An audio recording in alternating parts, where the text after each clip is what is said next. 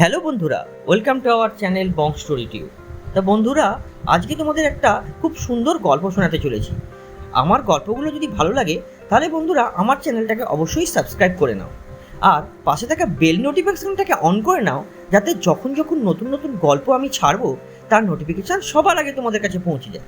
আর গল্পগুলো যদি ভালো লাগে তাহলে অবশ্যই বন্ধুবান্ধব এবং আত্মীয় স্বজনের মধ্যে গল্পগুলি শেয়ার করে দিও, যাতে ওনারাও গল্পগুলি শুনতে পারেন। তো চলো বন্ধুরা, আর বেশি কথা বাড়িয়ে লাভ নেই, আমরা গল্পের মধ্যে চলে যাই। শপিং সেরে বাড়ি ফিরে সুপার উপর ব্যাগগুলো ফেলে দিয়ে সোজা বেডরুমে ঢুকে নরম বিছানায় গা এলিয়ে দিল মিলি।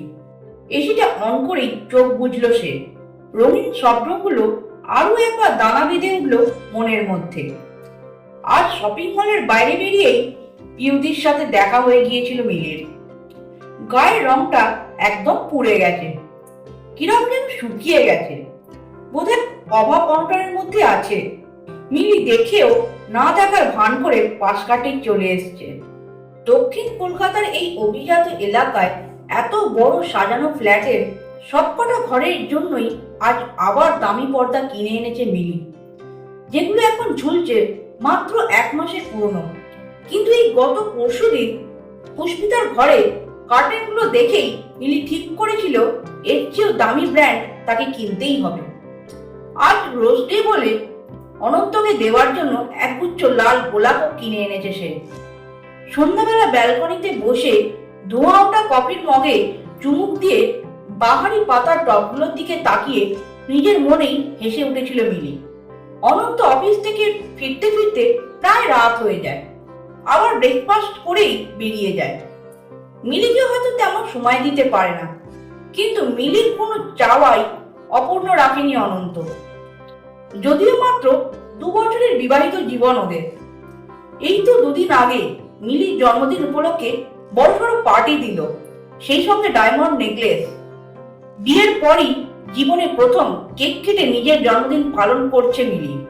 তার আগে তো শুধুই জন্মদিন এলে বাড়িতে পায়েস রান্না হতো, কিংবা কোনবার হয়তো তাও হতো না। মিলির বাবা এক কাপড়ের দোকানের কর্মচারী ছিল মাত্র। অনেক অভাব অনটনের মধ্যেও মেয়েকে লেখাপড়া শিখিয়ে মানুষ করেছেন। সত্যি মাঝে মধ্যে নিজের ভাগ্যের কথা ভেবে হাসি পায় মিলির। কোথা থেকে কোথায় এসে পড়লো। কোনোদিনও কি স্বপ্নেও ভাবতে পেরেছিল যে এত বড় বাড়িতে তার বিয়ে হবে? দুবেলা পেট ভরে খেতে পাওয়াটাই তো ছিল স্বপ্ন। মিলির ভাগ্যে এতটা সুখ লিখিয়েই দিয়েছিলেন বোধহয় বিধাতা পুরুষ। মিলি তার মা যমুনার পিস্তুত দিদির মেয়ের বিয়েতে গিয়েছিল নিমন্ত্রণ রক্ষা করতে। পিউদির বাবা মা অনেক বড় লোক, তা মিলি জানতো। বিয়ের বাড়িতে 2 দিন ভালো মন্দ খাওয়ার লোকটা সামলাতে পারেনি বলেই মিলিও গিয়েছিল যমুনার সাথে।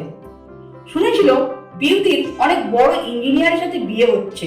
পিউদিকে দেখতেও একেবারে ডানা কাটা পরীর মতোই। এত এত দামি শাড়ি গয়নার সমারোহেও কিন্তু কোনের মুখে হাসি ছিল না। বিয়ের রাতে হঠাৎ করেই একটা দুঃসংবাদ, পিউকে কোথাও খুঁজে পাওয়া গেল না। বাড়ি ছেড়ে যে কোথায় চলে গেল কিছুতেই জানা গেল না। কানাঘুষে শোনা গেল পিউর নাকি কোনো ছেলের সাথে সম্পর্ক ছিল, তাই পালিয়েছে। ছেলেপক্ষের একটাই প্রশ্ন, আগে সব কথা খুলে বলা হয়নি কেন? অনন্ত নাকি পিউর সাথে বার কয়েক দেখাও করেছে, কথাও বলেছে, তবুও পিউ কিছু জানায়নি। নিমন্ত্রিত লোকজনও একে একে ফিরে যাচ্ছিল, কিন্তু বরের বাবা সেই লগ্নেই ছেলের বিয়ে দেবেন বলে পণ করে নিয়েছিলেন। বিবাহযোগ্য মেয়ে সেখানে আর কাউকে পাওয়া যায়নি একমাত্র মিলি ছাড়া। পিউর মা যমুনার কাছে প্রস্তাব রাখতেই হাতে চাপ পেয়েছিল যমুনা। পিউর শাড়ি গহনা পরে মহা ধুমধাম করে বিনা খরচে মিলির বিয়েটা হয়ে গেল অনন্তের সাথে।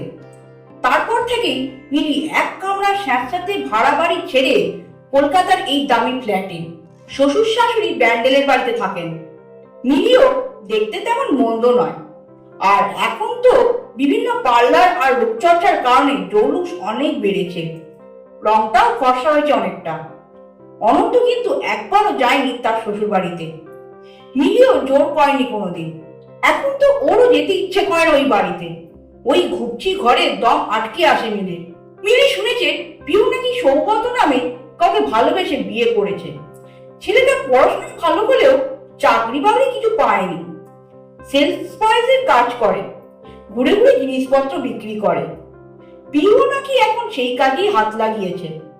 কি বোকা এই পিউটা! এমন সুখের জীবন ছেড়ে কষ্টের সমুদ্রে গা ভাসাতে যায় কেউ? সেদিন সন্ধ্যাবেলা সবাই টিভি খুলে বসেছিল মিলি। ডোরবেলের আওয়াজ পেয়ে দরজা খুললেই ভূত দেখার মতো চমকে উঠল সামনে পিউ। ভিতরে আসবো? মিলি নিষ্প্রভ গলায় বলল, হ্যাঁ এসো। কি জানি কোনো প্রোডাক্ট বিক্রি করতে এসেছে হয়তো, কিন্তু সাথে তো কোনো বড় ব্যাগ নেই। তাহলে কি কিছু অর্থ সাহায্য চাই? মিলি ভেবে নিল যদি কিছু চাইও মিলি দিয়ে দেবে। বলো পিউদি, তুমি হঠাৎ? তেমন কিছু না। অনন্ত নেই? ডেকে দিবি একটু? ও এখনো ফেরেনি অফিস থেকে। মিলির একটা কথা ভেবে অবাক লাগলো। আজ সমাজে মিলির যা স্ট্যাটাস, তার কাছে পিউ আজ কিছুই নয়। তবু পিউর সাথে কথা বলতে গিয়ে মিলির নিজেকে কত ছোট মনে হচ্ছিল। মনে সম্ভ্রম জাগছে এই ব্যক্তিত্বময়ী প্রতি। তুমি কিছু খাবে পিউদি? না রে, অনন্ত কখন ফিরবে? ওর তো আসতে রাত হবে। তুমি যা বলার আমাকে বলতে পারো। পিউ একটু গলা ঝাঁকিয়ে বলল, দেখ মিলি, আমি তোকে দুঃখ দিতে চাই না, কিন্তু অনন্ত যেটা করছে সেটা ঠিক করছে না। মিলি অবাক হয়ে বলল, ও আবার কি করেছে? অনন্ত বিগত 2 বছর ধরে আমাকে সমানে উত্তপ্ত করে চলেছে।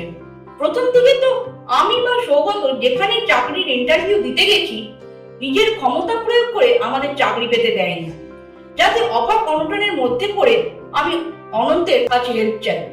তুই তো জানিস বাবা মা আমার সাথে কোনো সম্পর্ক রাখেনি, আর আমার কাছে বারবার প্রত্যাখ্যাত হয়ে অনন্ত কিছুদিন চুপ ছিল। আর এখন আবার আমার চাকরির জন্য নিজের কোম্পানিতে সুপারিশ করেছে।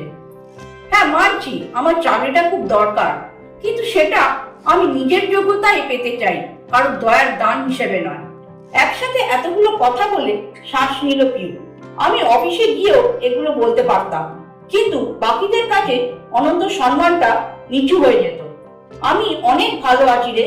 বিলাস বৈভব না থাক আমার সংসারে, ভালোবাসাটা আছে, বিশ্বাস আছে। সৌভাগ্য যতটা সম্ভব আমাকে সময় দেওয়ার চেষ্টা করে। আমরা ভালো আছি। আর অনন্তকে বলে দিস, এর পরেও যদি ও আমার পিছনে লাগার চেষ্টা করে, আমি কিন্তু ওর বিরুদ্ধে বড় কোনো স্টেপ নিতে বাধ্য হব। বলেই পিউ গটগট করে বেরিয়ে গেল। আর মিলি হাঁ করে পিউ চলে যাওয়ার পথের দিকে তাকিয়ে রইল। দরজা বন্ধ করতেই মিলির 2 চোখ বেয়ে জল গড়িয়ে পড়ল। খুব জোরে হাউমাউ করে কাঁদতে ইচ্ছে করলো তার। এতদিন ধরে অনন্তর সাথে থেকেও শুধু স্ত্রী হওয়ার অধিকারটুকুই পেয়েছে, ভালোবাসা পায়নি।